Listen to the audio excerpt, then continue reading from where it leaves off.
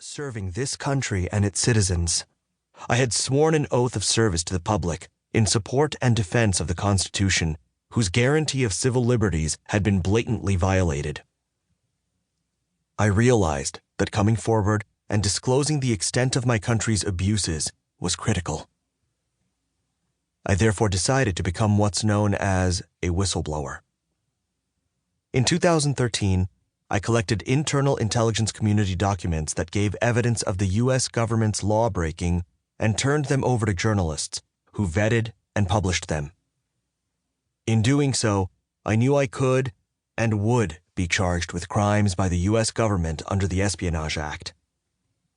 The penalty for disclosing top-secret documents, whether to foreign spies or domestic journalists, is up to 10 years imprisonment per document.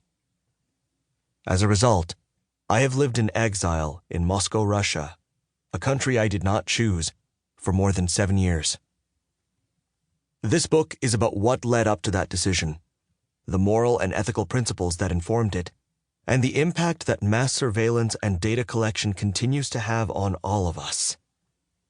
It's also about my life. Part 1. 1.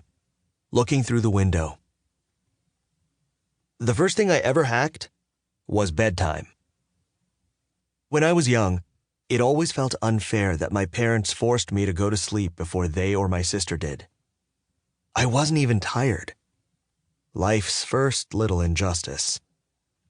Many nights of the first several years of my life ended in civil disobedience. Crying, begging, bargaining. Until the night I turned 6 and discovered direct action.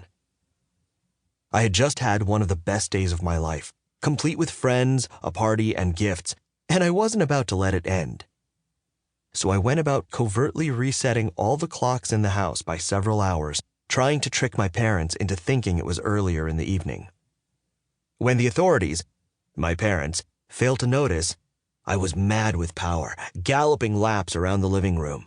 I, the master of time, would never again be sent to bed. I was free. I fell asleep on the floor, having finally seen the sunset on June 21st, the summer solstice, the longest day of the year. But when I awoke, the clocks in the house once again matched my father's watch.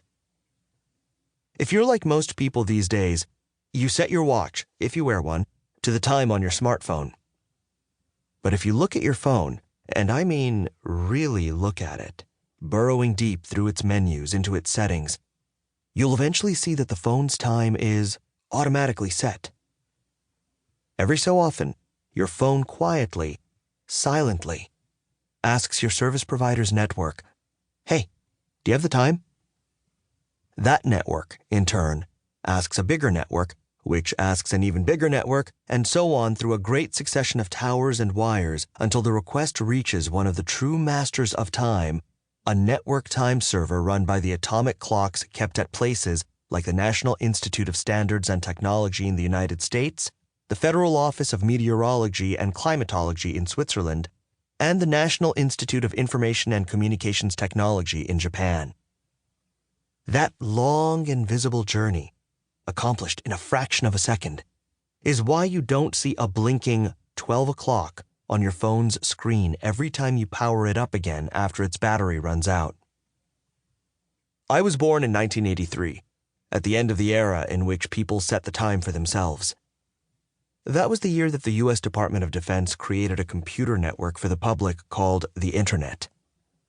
This virtual space gave rise to the domain name system that we still use today, the .govs, .mils, .edus, and of course, .coms. And yet it would be another 6 years before the World Wide Web was invented, and about 9 years before my family got a computer with a modem that could connect to it. Of course, the Internet is not a single entity, although we tend to refer to it as if it were. I'm going to use the term in its broadest sense, to mean the universal network of networks connecting the majority of the world's computers to one another via a set of shared protocols. Don't worry if you think you don't know a protocol from a hole in the wall.